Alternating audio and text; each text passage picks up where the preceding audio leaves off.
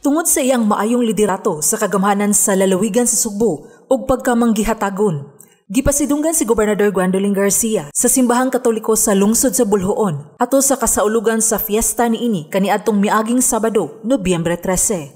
Dakong pasalamat sa Patrocinio de Maria Parish ngadto ni Gobernador Garcia tungod sa pagpasimento niya sa ilang plaza sa simbahan ug pagtabang pagpaayo usab sa karaan na kaayo nila nga simbahan. Mismo si Archbishop Jose Palma mao'y nituno sa maong pasidungog ngadto ni Garcia dito sa Patrocinio de Maria Parish.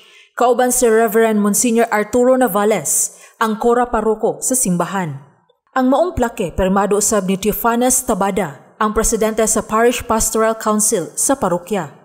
Nakalatid sa maong plake nga maayo ang pagdumala ni Gobernador Garcia sa renda sa pangagamhanan sa probinsya sa Sugbo, labi na sa mga lakang nga gibuhat niini panahon sa pandemya.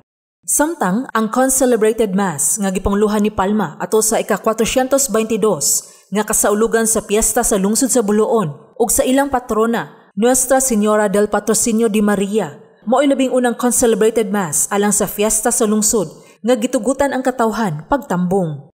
Matod ni Palma, 50% lang hinuon sa capacity sa simbahan ang gitugutan.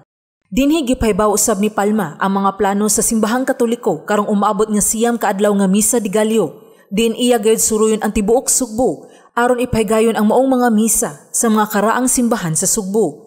Apil sa mga mitambong sa maong misa sila si Bukal Edsel Galios, Bukal Jose Mari Tata Salvador, Bulhoon Mayor Merlo Dirama, kanhi Mayor Wargong Dirama ug uban pang opisyales sa lungsod. Sheila Gravinez, Balita sa Sugbo.